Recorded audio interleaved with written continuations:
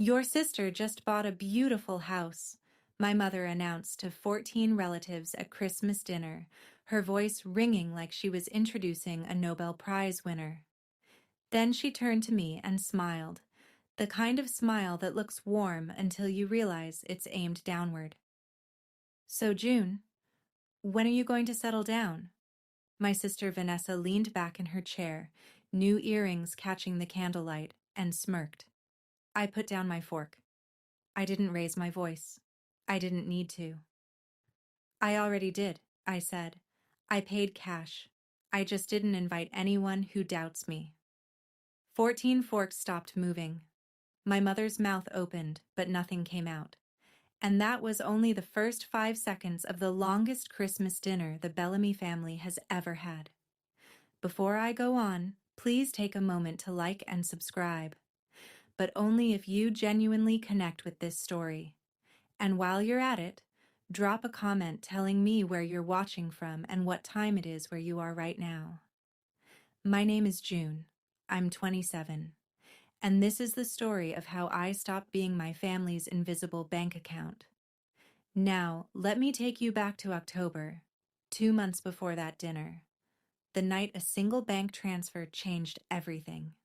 It was a Thursday night in October, and I was cross-legged on my couch in a one-bedroom apartment just outside Millbrook, finishing a prototype for a client dashboard. My coffee had gone cold an hour ago. The radiator was clicking that familiar metal song it sang every autumn. My phone buzzed on the side table. Mom glowed on the screen. I picked up. No hello. No, how are you?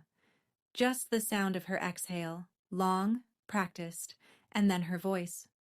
The roof's been leaking again, June, the east side. The contractor said $4,200 to patch it before winter. I can't cover that on my pension.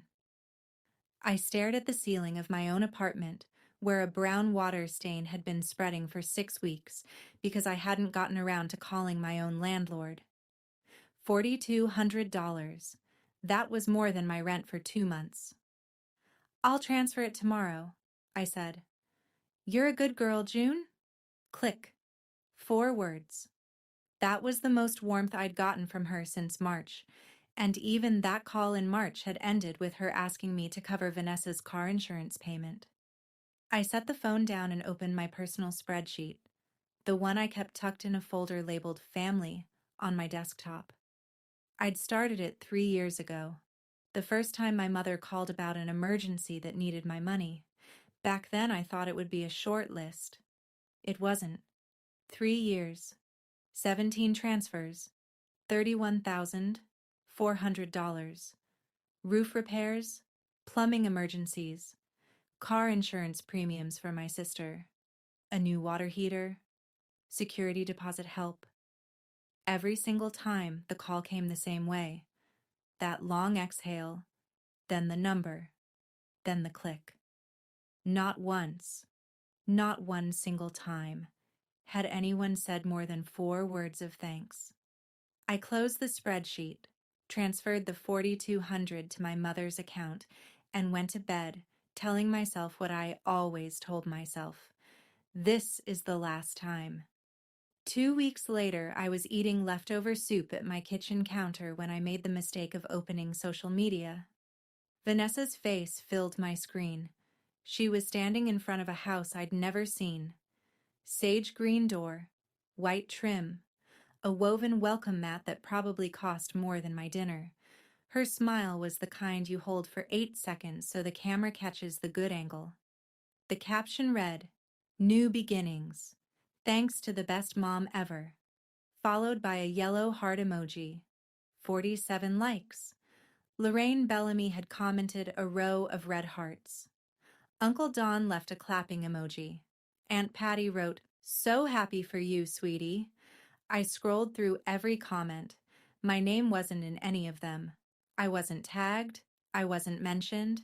I wasn't even in the background of the photo. Thanks to the best mom ever. I read it 3 times. Something nagged at me. Quiet, like a splinter under skin you can't quite see. But I pushed it down. Vanessa had always been better at saving, I told myself. She and Derek must have planned this for a while. Good for her. That same evening, my mother forwarded the photo to the family group chat. "So proud of my girl." Uncle Don sent a thumbs up. 2 cousins hearted the message. Then Aunt Margot, my father's sister, the one who ran the little flower shop 2 towns over, typed a single line. "Lovely. How's June doing?" I watched the chat. 1 minute, 2 minutes, 5. Nobody answered her. The chat moved on to Thanksgiving planning. Margot's question sat there like a stone dropped into a well, falling, falling, never hitting bottom. I locked my phone and finished my soup. But that splinter, that quiet nagging, didn't go away. It would take me another month to understand why. Thanksgiving at my mother's house smelled the way it always did. Roasted turkey, cinnamon candles, and something faintly burnt that nobody would acknowledge. I'd driven 40 minutes with a homemade apple pie on the passenger seat and a bottle of wine tucked behind the brake pedal. When I walked through the door, I saw the dining table first.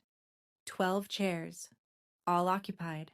Uncle Don, Aunt Patty, 2 cousins, Vanessa, Derek, and a handful of others whose names blurred together. At the far end, a young man I didn't recognize sat in what used to be my seat. "Oh," my mother said, wiping her hands on her apron as she came around the corner. "That's Kevin, Lily's new boyfriend. I figured you wouldn't mind sitting at the side table. You're easy like that." The side table was a metal folding table wedged into the kitchen, between the counter and the recycling bin. No tablecloth, no candle, just a paper plate and a fork still in its plastic wrapper. I sat down. Through the open doorway, I could hear my mother stand and raise her glass. To Vanessa and Derek, and their beautiful new home. Glasses clinked. Laughter swelled. Someone said, "Cheers," and someone else said, "So proud of you two." Nobody looked toward the kitchen. I ate in silence, listening to my family celebrate a life I'd helped fund without anyone knowing. When the dishes started piling up, I washed them, mine and theirs. My pie sat on the counter, untouched. My mother had ordered one from a bakery in town. It had a little gold sticker on the box. Driving home, I sat in my car in the driveway for 10 full minutes before turning the key. I wasn't crying. I was just very, very tired. That night, I opened my laptop. Not for work. I opened my bank statement. And for the first time, I started comparing dates. I need to go back further to explain what I found. Back to when I was 14. My father died on a Tuesday in April. Heart attack. He was 44. One moment he was pouring orange juice in the kitchen. The next he was on the floor, and the glass was still rolling toward the table leg when I ran in. The ambulance came in 9 minutes. It wasn't fast enough. After the funeral, my mother stopped functioning, not in a dramatic, made-for-TV way. She just went quiet. The mail piled up inside the door. The electricity bill turned pink, then red. Dinner became whatever was already in the freezer, and then nothing at all. Vanessa was 17. She grieved the way teenagers grieve, locked in her room with the music loud enough to feel through the walls. She missed 2 weeks of school, and nobody questioned it because she was the sensitive one. I was 14, and I was the one who called the insurance company. I sat at the kitchen table with a cordless phone and a stack of envelopes I didn't understand, learning words like past due and beneficiary and grace period. I cooked mac and cheese from a box every night for 3 months. I wrote checks I'd watched my father write, copying his handwriting because I didn't have my own signature yet. My mother recovered, slowly, but my role never reset. The emergency became the routine. I was the one who handled things. Vanessa was the one who was handled. My father used to say something to me, usually while we were sitting on the porch after dinner. "You're like me, June. You'll figure it out. I used to think that was a compliment. Now I understand what it really was. An apology, in advance, for everything that was coming. When Vanessa got engaged to Derek 3 years ago, my mother called me before she called anyone else, not to share the joy, to discuss the budget. Your sister deserves a beautiful day, June. I can cover about 8,000, but the rest, I need you to help with the difference. The wedding would cost 12,000. A small ceremony at the chapel on Birch Lane, a garden reception behind the VFW hall, 80 guests. It was modest by most standards, but $4,000 was not modest for me. It was the exact amount I'd saved for an advanced UX certification course that would have pushed my salary into a new bracket. I transferred the money on a Friday. By Saturday, I'd talked myself into believing it was the right thing to do. The bridesmaid list came 2 weeks later. 4 names, all friends of Vanessa's from high school and her gym. I wasn't on it. Wants her friends beside her, June. You wants her friends beside her, June. You understand. You're not really the dress-up type anyway. So on Vanessa's wedding day, I stood in the 3rd row wearing a dress I bought on clearance. The official photographer ran out of time before reaching my side of the aisle, so I ended up behind a borrowed camera, taking candids for the reception slideshow. I photographed my sister's happiest day through a 2-inch viewfinder. Vanessa's thank you post went up that Sunday night. She tagged her mother. She tagged all 4 bridesmaids. She tagged Derek. She tagged the florist. She didn't tag me. $4,000. A certification I never took, and a photo reel full of someone else's perfect day. I didn't say anything. That was always my mistake. I didn't say anything. I could walk you through every single transfer, but the pattern is simpler than you think. It always started with the exhale. My mother's long, slow sigh on the phone, the one she'd perfected into a weapon. And it always ended with a number. The water heater in 2023, $1,800. My mother told her neighbor Ruth that God had blessed her with a discount from the plumber. God had nothing to do with it. My checking account did. Vanessa's car insurance after she rear-ended someone in a parking lot in early 2024, $2,400 a year. My mother called and said, "She's your sister, June. She has a family to think about." Vanessa texted me afterward. 1 line. The ex-sis. Followed by a thumbs-up emoji. 1 emoji for $2,400 a year. I kept my spreadsheet current the way some people keep a journal. Every transfer, every date, every excuse my mother gave. And beside each entry, I left a second column. What they did for me. That column was blank. Every row, every year. 3 years of giving, and the return column looked like fresh snow. Here's the part that gets me. It wasn't just that my mother took the money.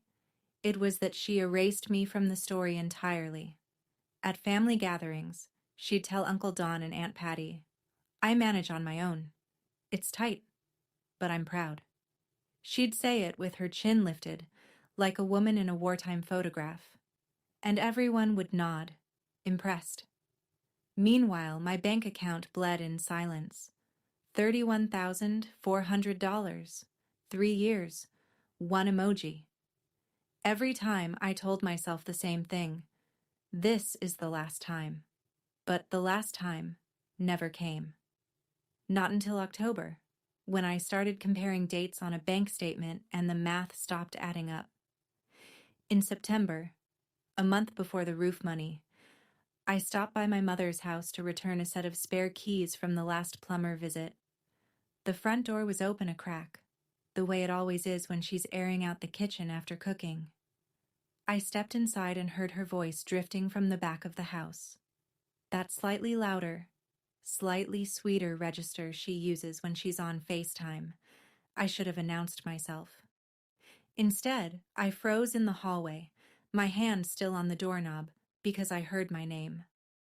Honestly, I don't know what June's doing with her life. She sits on that computer all day. At least you have a real home, a real husband. Sometimes I worry she'll end up alone and I'll have to take care of her." Vanessa's laugh came through the phone speaker. Light.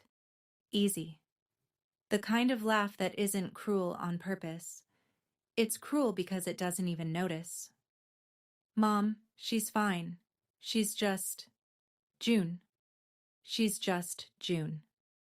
I stood there for, I don't know how long, 10 seconds, maybe 30, long enough to memorize the pattern on my mother's hallway wallpaper. Faded yellow roses, the edges peeling near the baseboard. Long enough to feel something inside me go very still. I set the keys on the console table by the door. I didn't slam them. I placed them down the way you place a glass on the edge of a counter. Carefully, because you know if you're not careful, something will shatter. Then I walked out, closed the door, got in my car. I drove 25 minutes home without turning on the radio. No music, no podcast. Just the sound of the road and my own breathing. That night, I lay awake staring at the ceiling. Not because I was sad, though I was. Because for the first time in 13 years, a question surfaced that I'd never allowed myself to ask. Was the roof actually leaking? Driving home that night, I kept replaying that sentence. She's just June. 2 words that reduced everything I'd ever done, every bill I'd covered, every emergency I'd solved, every dollar I'd sent, into a shrug. Like I was a lamp in the corner of a room that nobody turns on but nobody throws away either. Have you ever been summed up in a way that erased everything you've done? If so, I'd love to hear your story in the comments, because that night, something inside me shifted, and I think you'll understand what I did next.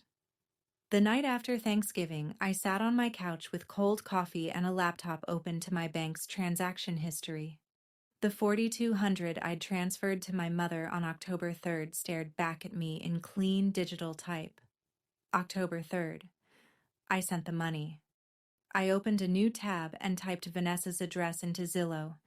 She'd posted it publicly, pinned it to her profile like a trophy. The listing loaded. Sale date, October 28th. But the listing history told a different story. Under contract, October 5th. 2 days. My mother received $4,200 on a Thursday, and by Saturday my sister's name was on a purchase agreement.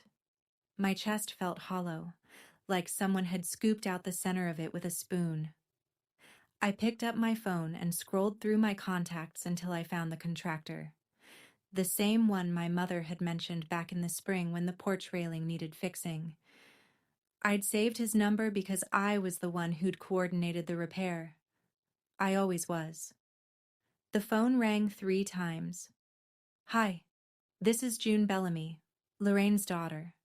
I wanted to check on the roof work you did at her house in October." A pause, then, "Ma'am, I haven't been out to that address since April. Your mom called me about the east side, but she canceled the appointment. Said she'd handle it another way." Another way. I thanked him and hung up. Then I sat very still on my couch and let the math finish itself. The roof wasn't leaking. It probably hadn't leaked since spring, if it ever did at all. My $4,200 didn't go to shingles and flashing. It went to a down payment on a house with a sage green door and a welcome mat I'd never been invited to step on. And my sister knew. She knew, because you don't accidentally receive $4,200. You just choose not to ask where it came from. I didn't sleep that night. I sat at my kitchen table with the spreadsheet open and a glass of water I never drank, and I looked at 3 years of my life reduced to rows and columns. 17 transfers. $31,400. Beside each entry, the second column. What they did for me glowed white and empty, the cursor blinking like it was waiting for something that would never come. I tried to remember the last time my mother called just to ask how I was. Not, how are you? And also, but just, how are you? Full stop. I couldn't find one. Not this year, not last year. I tried to remember my last 3 birthdays. 26. No one called.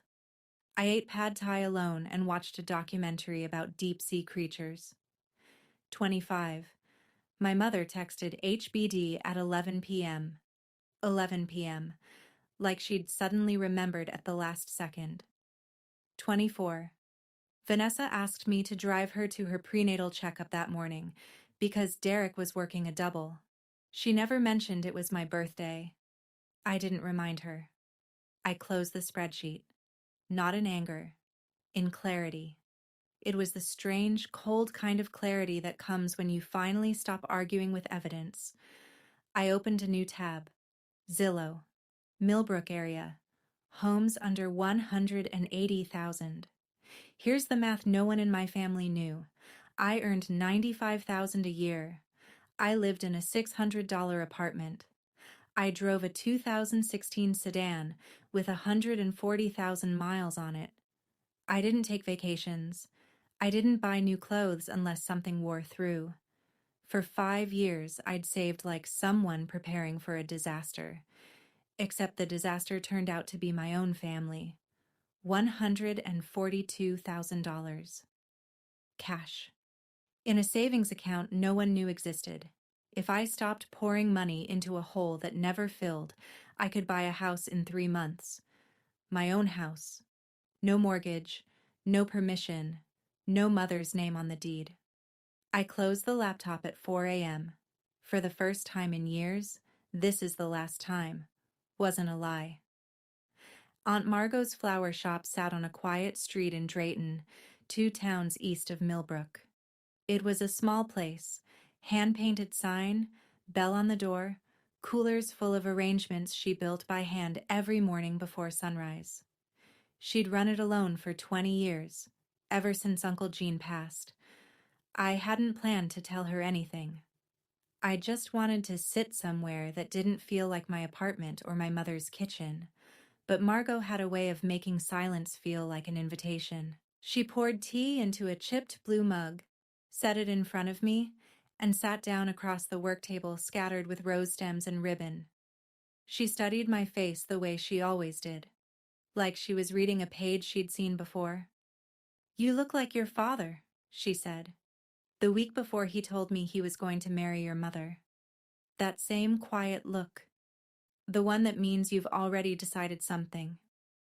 I told her everything. The 4,200. The contractor who hadn't been to the house since April. The Zillow timeline. The spreadsheet. The $31,400 that had left my account over 3 years and vanished into a family that pretended it managed on its own. Margot listened without interrupting. When I finished, she set her teacup down on its saucer, a small, precise sound in the quiet shop, and folded her hands. "Honey, I've watched this for 13 years. Your mother loves Vanessa the way she loved looking in a mirror. And you remind her of your father. She never forgave him for dying." The sentence hit me somewhere behind my ribs. "What are you going to do about it?" Margot asked. "I'm going to stop paying for a family that doesn't see me," I said. "And I'm going to buy my own house." Margot looked at me for a long moment. Then she nodded, just once. "Good. And if you need a witness at closing, you call me." The first week of December, I ran into Ruth Kendrick at the grocery store. Ruth was my mother's neighbor, 3 houses down on Maple, the kind of woman who brought banana bread to every new family on the block and knew everyone's business not out of malice, but because she simply couldn't help collecting information the way some people collect stamps. She'd been a loan officer at Millbrook Community Bank for as long as I could remember. She notarized documents for half the town and still called everyone honey, regardless of age. She spotted me in the cereal aisle, cart half full, and lit up like I'd made her day. "Oh, June, I haven't seen you since—" Goodness, Since summer. Your mother talks about Vanessa's house nonstop. So proud. You know I helped her with the paperwork at the bank, right? I nodded, smiled the small, automatic smile I'd perfected for conversations about my sister's achievements. Ruth leaned in slightly, the way she did when she was about to share something she considered helpful rather than private. Between you and me, she said, lowering her voice to what she probably thought was a whisper, I hope they get back on track soon. The first few months of a mortgage are always the trickiest, especially when there's other debt involved. But your sister's a smart girl. She'll figure it out. Other debt. I kept my expression steady. I'm sure she will. Ruth patted my arm, wished me a Merry Christmas, and wheeled her cart toward the dairy section, humming Jingle Bells. I stood in the cereal aisle for another 30 seconds, holding a box of oatmeal I didn't need, turning two phrases over in my mind like coins. Get back on track. Other debt. The picture I'd been assembling since Thanksgiving night was now complete. Vanessa hadn't bought a beautiful house. Vanessa was drowning in one. And my mother had used my money to push her off the dock. The call came on a Wednesday evening, the second week of December. I was making dinner. Just pasta, nothing special. And my mother's name appeared on the screen with the reliability of a monthly invoice. I picked up. The exhale arrived right on schedule. June, the heating bill came in, $480. It's going to be a cold winter. I turned the burner down, leaned against the counter, took a breath. Mom, I can't cover it this month. You should call the energy company. They have a payment assistance program for seniors. I can text you the number. Silence. 4 seconds of it. Which, if you've ever said no to someone who's never heard it from you, feels like 40. Excuse me? Her voice didn't rise. It dropped. Lorraine Bellamy didn't yell. She chilled.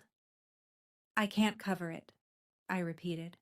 My voice was steady, but my free hand was gripping the edge of the counter so hard my knuckles ached. I raised you alone, June.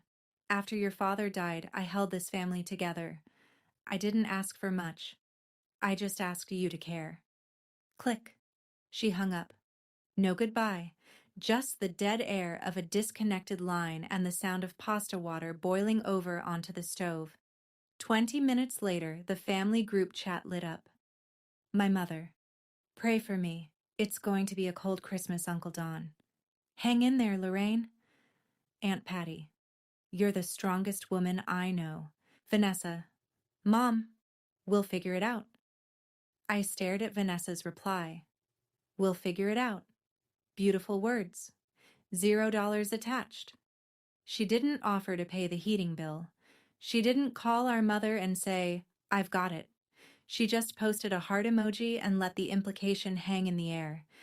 The implication that someone else would handle it. Someone always had. But not this time. I found the house on a Saturday afternoon in mid-December, scrolling through listings while snow piled up on my windowsill. 2 bedrooms, 1 bath. A small fenced yard with a crabapple tree that the listing said bloomed pink in spring. The siding was gray, the porch needed a new railing, and the kitchen still had laminate counters from the 90s, but the foundation was solid. The inspection came back clean. And the roof, the actual, real roof, had been replaced 2 years ago. $159,000. I could pay it outright. I called Margot that evening. I found it. When do we sign? The closing was on December 18th, 1 week before Christmas. I sat at a long table in a title company office with fluorescent lights and a plastic plant in the corner. Margot sat beside me, handbag in her lap, reading glasses perched on her nose like she was there to audit the whole operation. The notary pushed a stack of documents across the table. Buyer present? Present, I said. Under the table, Margot reached over and squeezed my hand. Once, firm, then let go. I signed everywhere they told me to sign. 32 pages. My hand cramped by page 20. When it was done, the notary smiled and said, "Congratulations. It's yours." Margot took off her glasses and looked at me. "Your father would have cried right now. The good kind." I drove to the house alone afterward, parked on the street, walked up the porch steps, put the key in the lock, and turned it. The door opened into an empty living room, bare wood floors, white walls, the smell of fresh paint and cold air. No furniture, no curtains, no group chat pinging in my pocket. Just silence. And for the first time in as long as I could remember, the silence didn't mean I'd been forgotten. It meant the space was mine. I didn't post about it. I didn't tell anyone except Margot. Christmas was 1 week away, and I had something I'd never had before at a family dinner, a truth I didn't need to hide.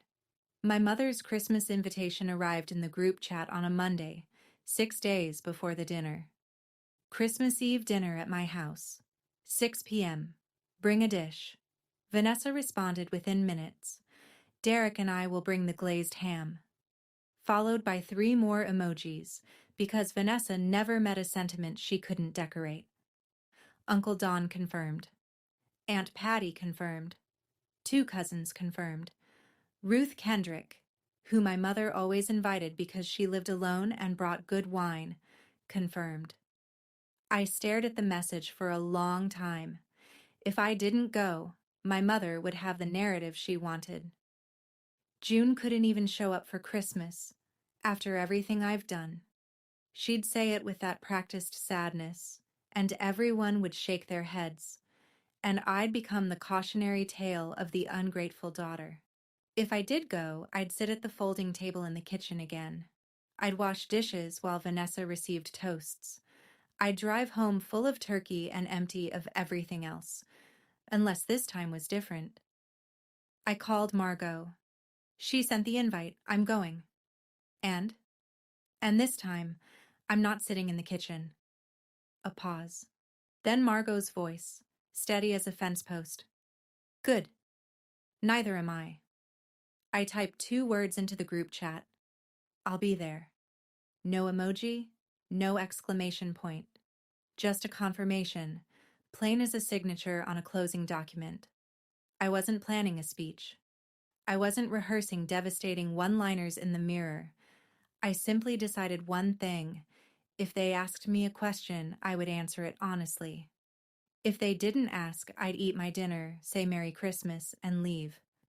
But I would not lie, and I would not apologize for the truth. That was the entire plan.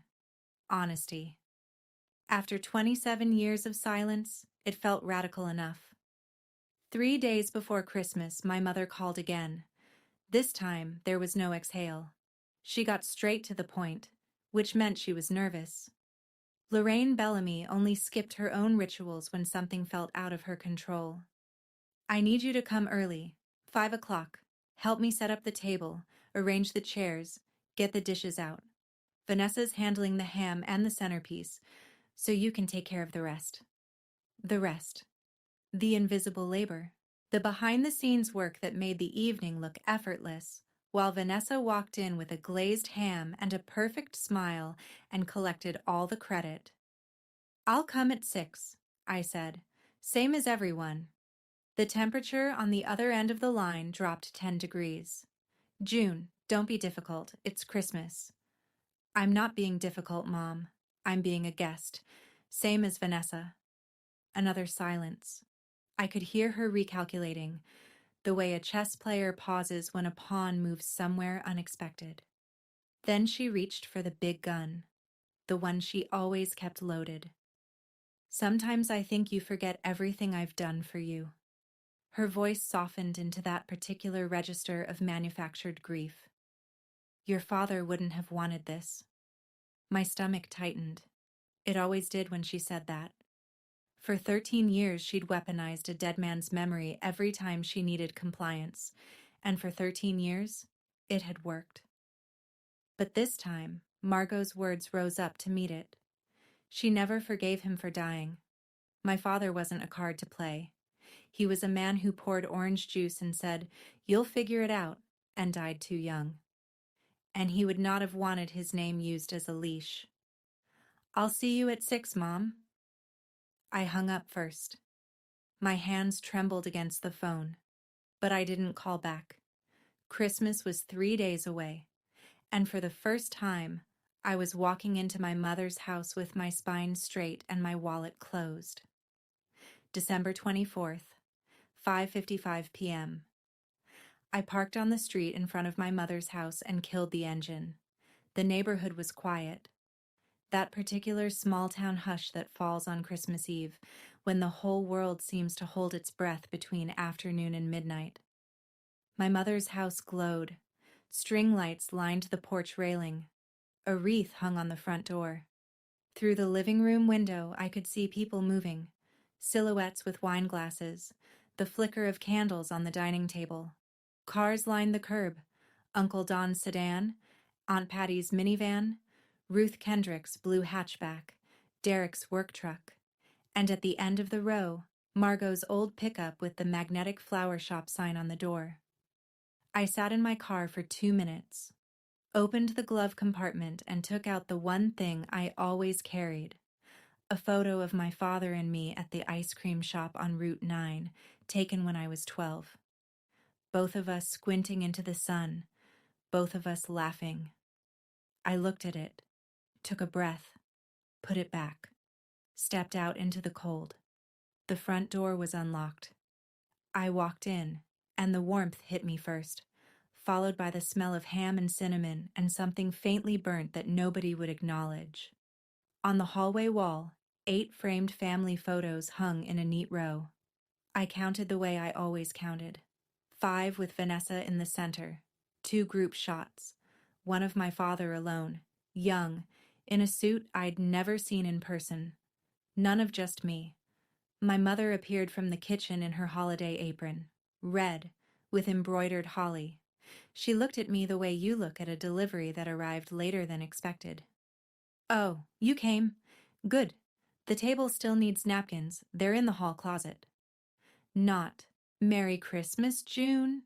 Not, "I'm glad you're here." A task. "Merry Christmas, Mom," I said. I walked past the closet, past the kitchen, into the living room, where Margot sat in the corner armchair with a glass of eggnog, watching me over the rim. She gave me one small nod. I sat down. The evening had begun. Dinner was served at 6:30. 14 people arranged themselves around the extended dining table like actors finding their marks. Vanessa took the seat beside our mother, directly across from Derek. I ended up at the far end, between my 19-year-old cousin Lily and an empty chair that nobody bothered to remove. At least I was at the main table this time. Progress. The glazed ham sat in the center, glistening under the chandelier my father had installed the year I was born. Vanessa had tied a sprig of rosemary to the serving fork, a detail so perfect it looked staged. It probably was. My mother stood. She lifted her wine glass the way a mayor lifts a ceremonial key. Slow, deliberate, meant to command the room. "Before we eat, I just want to say how proud I am." She looked at Vanessa with an expression I can only describe as ownership. Vanessa and Derek bought their first home this year, a real home, a 3-bedroom, with a yard. That's what family is about, building something. She paused, letting the word building settle over the table like a blessing meant for one person only. Vanessa pressed her hand to her chest. "Ah, Mom." The humble, grateful face. She'd perfected it the way a concert pianist perfects a scale, through relentless repetition. Then she turned to the rest of the table. "Honestly, it's been a dream. 3 bedrooms, a yard for someday when we have kids. We're just so blessed." Uncle Don raised his glass. "That's wonderful. You're building something real, Vanessa." Aunt Patty beamed. The cousins murmured approval. Across the table, I saw Ruth Kendrick smile and nod. but her eyes dropped for just a second, the way they do when someone knows something they're trying not to say. Nobody asked me anything. Nobody turned my direction. I cut my turkey and chewed in silence. And from the far end of the table, Margot watched the room the way a woman watches a pot she knows is about to boil. It happened between the main course and dessert, during that lull when plates are half empty and the conversation softens into something loose and unguarded.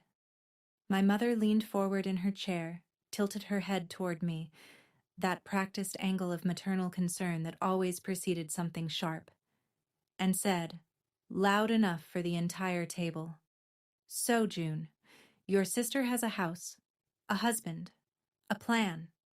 She gestured at Vanessa the way a game show host gestures at a prize car.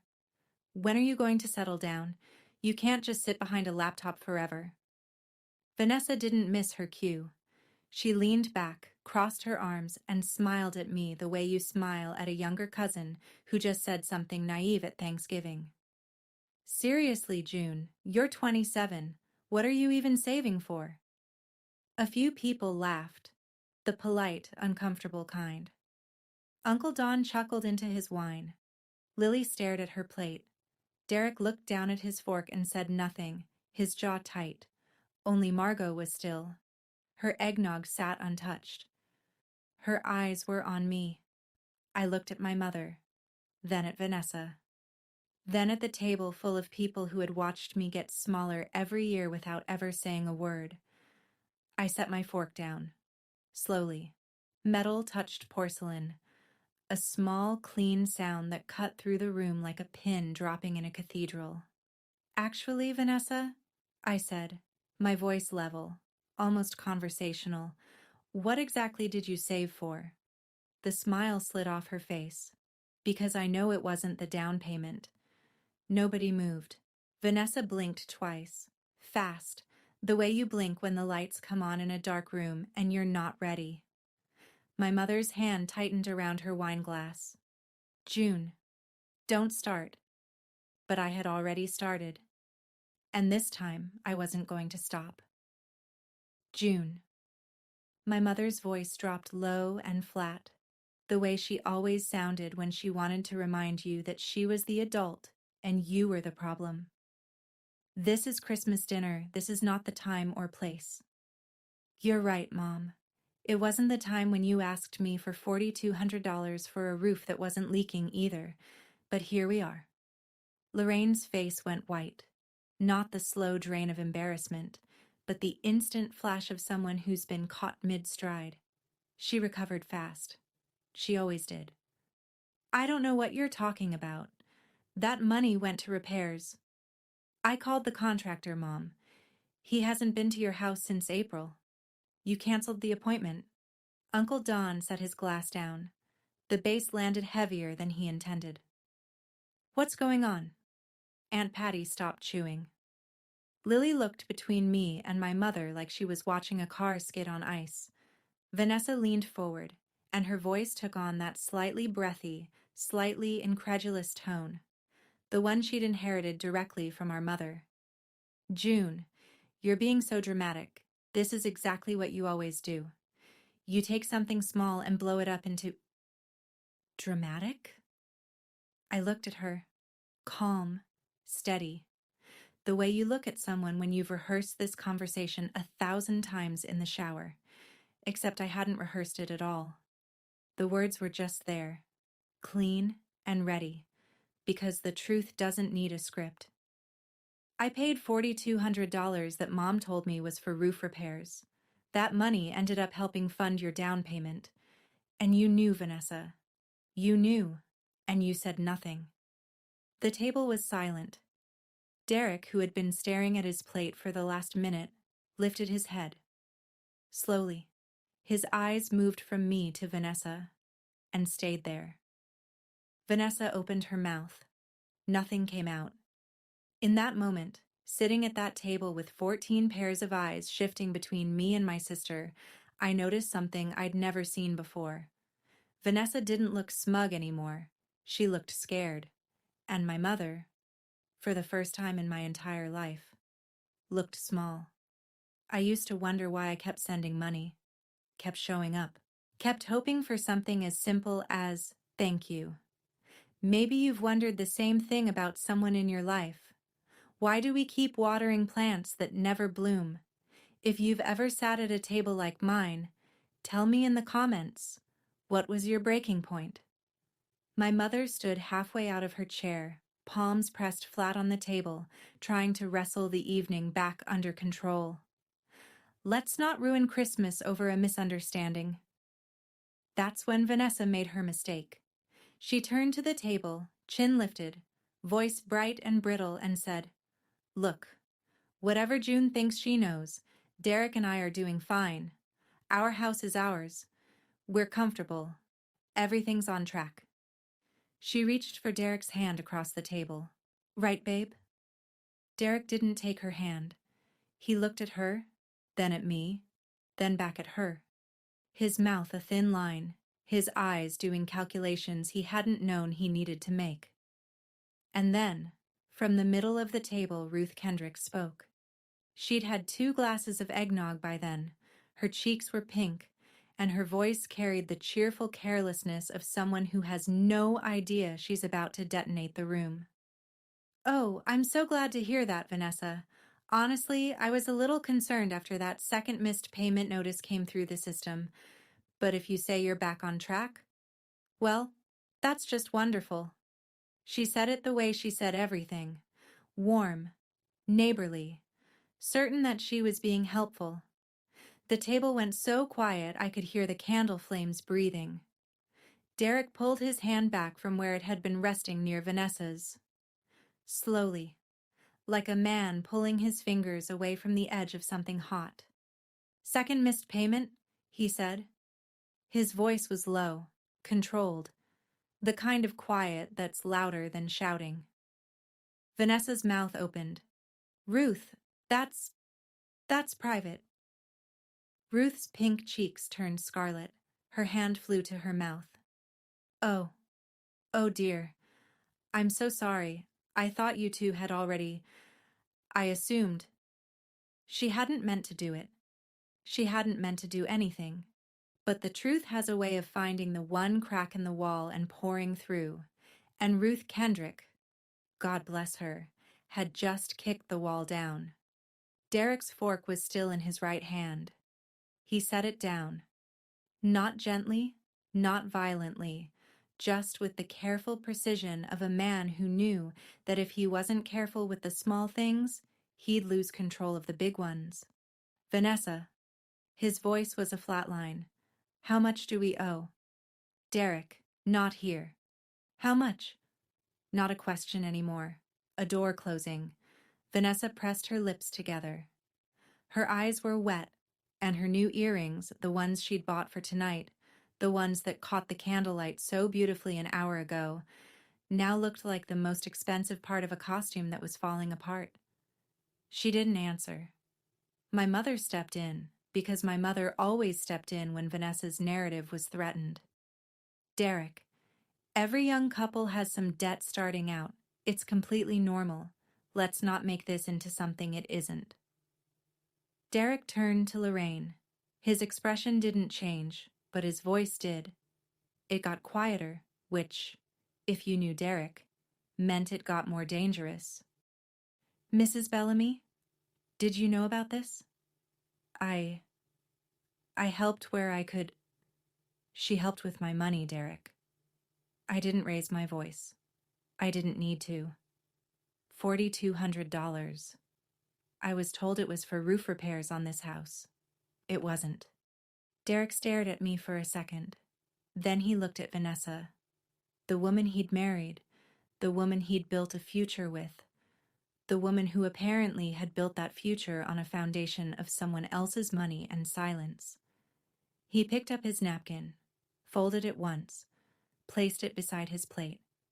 Then he pushed his chair back. The leg scraped against the wood floor, loud in the silence. Stood up, took his phone from his pocket, and walked to the front porch. Through the glass door, I watched him standing in the falling snow, phone pressed to his ear, face lit by the porch light. He wasn't yelling. He wasn't pacing. That was worse. Vanessa was crying now. Not the delicate movie star kind. The real kind. The kind where your mascara runs and your breathing gets jagged and the table full of people who admired you 5 minutes ago doesn't know where to look. My mother was still standing, hands gripping the edge of the table, her expression cycling between fury and something older, fear. The fear of a woman watching a story she'd spent 13 years constructing start to collapse in real time. "This is what you wanted, isn't it, June?" Her voice shook. "To humiliate your family on Christmas?" "No, Mom. I just stopped pretending." "Your father—" She caught herself, then pushed through anyway, because the weapon was all she had left. "Your father would be ashamed of you." Before I could respond, a chair scraped at the other end of the table. Margot stood up. She wasn't tall. She wasn't loud. She was a 61-year-old woman in a navy cardigan with dirt still under one fingernail from the flower shop. But when Margot Bellamy stood, people listened, because she only stood when she meant it. "Lorraine." Her voice was clear and level, the voice of a woman who had kept quiet for years and chosen this exact moment to stop. "My brother would have been ashamed of how you've treated the daughter who is most like him." Lorraine opened her mouth. Margot wasn't finished. "I know June paid $31,000 to this family in 3 years. I know, because she showed me the records. And I know she just bought her own house, with cash, because I was standing beside her when she signed the closing papers." The room turned to me. All of it. Every face. Uncle Don's mouth was open. Aunt Patty had her hand pressed to her chest. Lily's eyes were wide. Even Ruth, who was still trying to recover from her own accidental bomb, stared. "You bought a house?" Uncle Don said. I nodded. My mother let out a short, sharp sound, half laugh, half disbelief, and shook her head. "A house? You?" Her voice climbed into the register she used when something threatened the order she'd built. "With what money? You don't even have a real—" She stopped herself one word too late, but everyone at the table heard the shape of the sentence. "You don't even have a real job." I stood up. Not fast. Not dramatic. Just the slow, deliberate act of a woman who was done receiving words from a seated position. I looked at my mother. Then at Vanessa, whose face was blotchy and wet. Then at the table. 14 people who had watched me shrink for years and never said a word. "You asked me when I was going to settle down." My voice was even. Quiet. The kind of quiet that makes people lean in instead of pull away. "I already did. I paid cash. $159,000. No mortgage. No debt. No one else's money." I turned to my mother. "I just didn't invite anyone who doubts me." And the room stopped. I mean it. It stopped. Like someone pressed pause on the universe. 14 people, frozen mid-breath. A fork slid off someone's plate. Aunt Patty's, I think, and hit the porcelain with a bright, clean clink that echoed in the silence like a bell. 5 seconds. I counted. My mother's mouth opened. Closed. Opened again. Nothing. Vanessa looked down at the table, her hands flat on either side of her plate, her shoulders curved inward like the frame of a house that's lost its center beam. The Christmas music was still playing from the little Bluetooth speaker on the sideboard.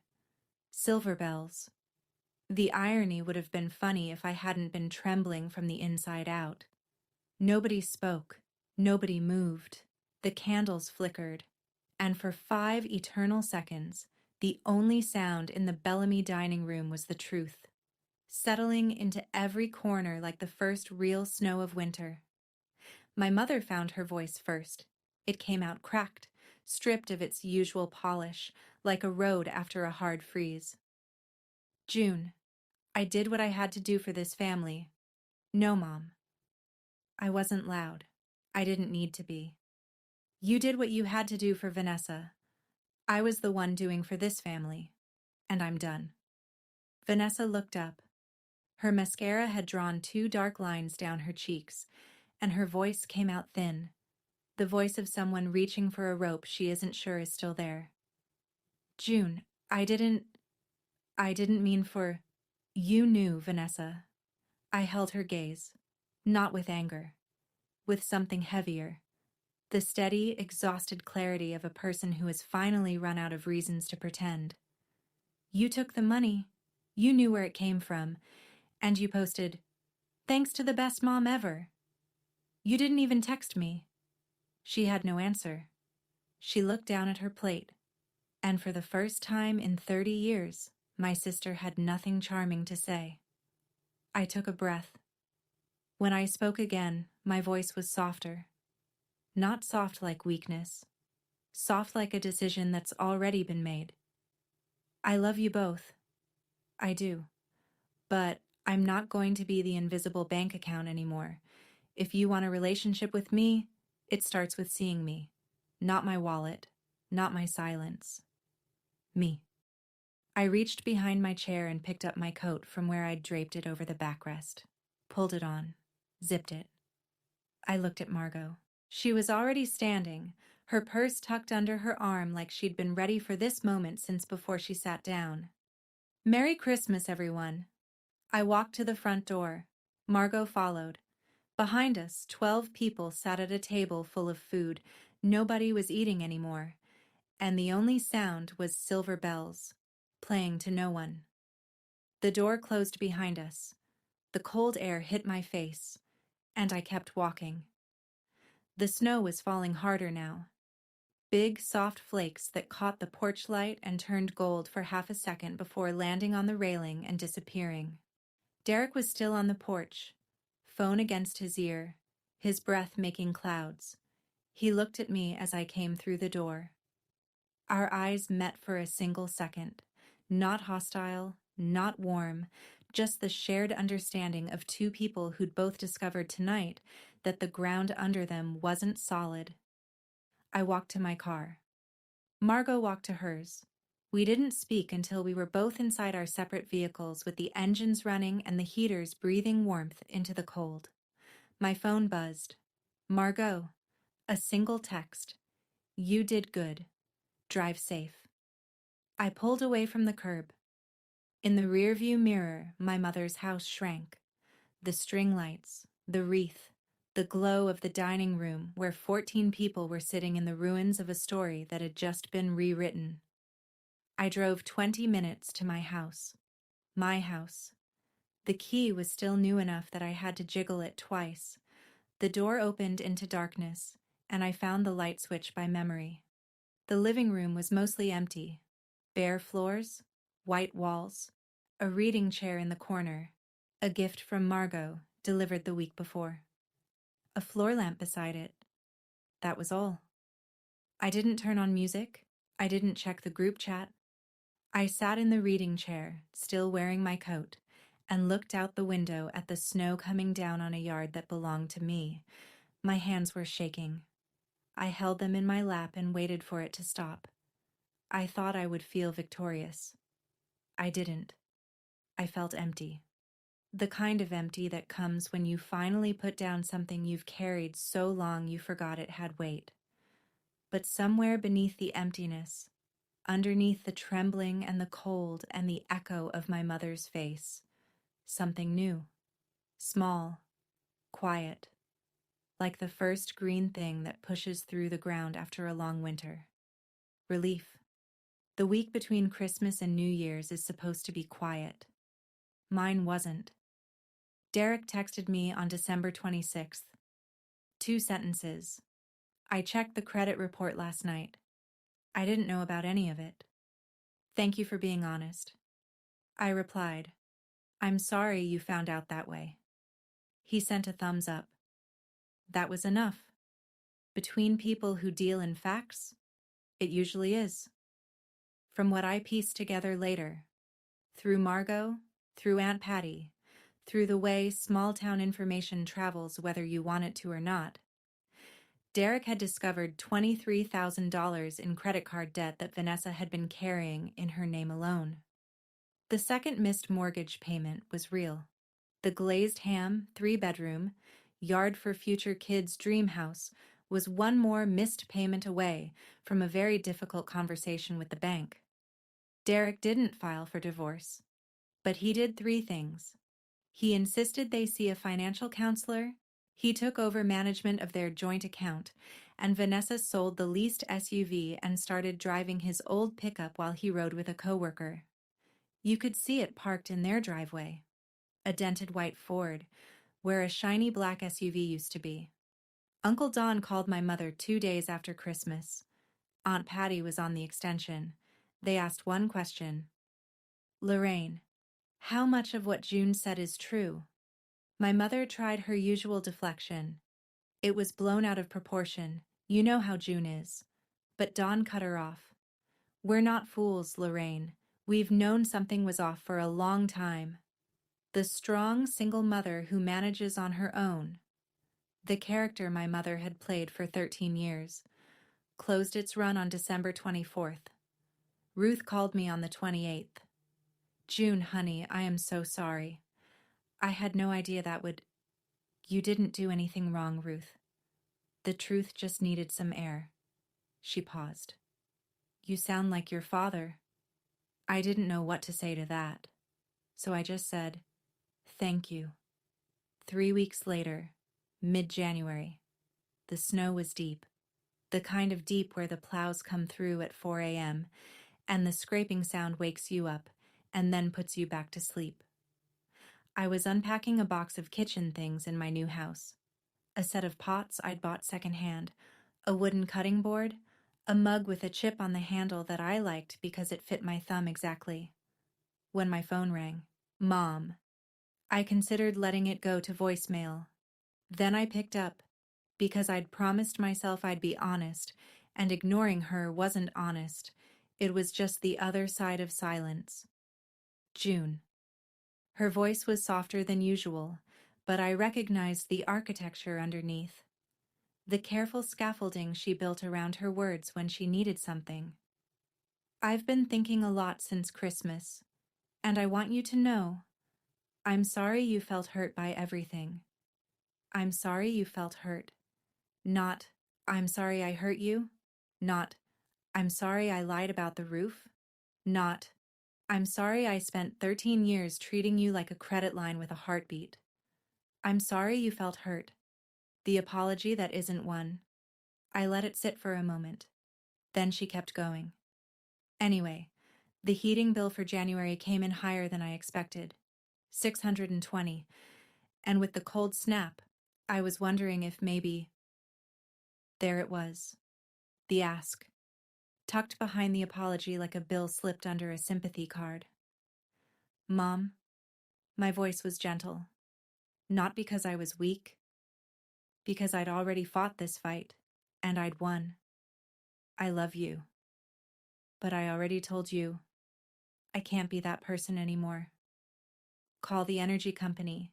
They have a senior assistance program. I'll text you the number." Silence, long enough for me to hear the wind outside her window. "You've changed, June." "No, Mom." I looked around my kitchen, my pots, my chipped mug. I just stopped disappearing. I hung up, gently, placed the phone on the counter, and went back to unpacking. April came the way it always comes to small towns in the Northeast, slowly, then all at once. The snow thinned, the gutters ran, and one morning I walked out onto my porch with a cup of coffee and saw it. The crabapple tree in my front yard had bloomed. Pale pink buds, small and deliberate, opening along branches that had looked dead all winter. The house still wasn't finished. The living room had a sofa now, navy blue, second-hand, with a tear on one cushion I'd patched with iron-on fabric from the craft store. My desk sat by the window where the morning light came through best. My father's photo hung above the reading chair, the one from the ice cream shop. Both of us squinting, both of us laughing. I still worked remote, still lived alone, still wasn't married. And for the first time in my life, none of that felt like a gap.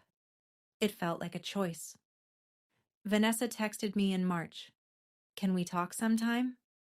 I replied, when you're ready to talk honestly, I'm here. She hadn't called yet. I wasn't waiting. My mother posted less on social media.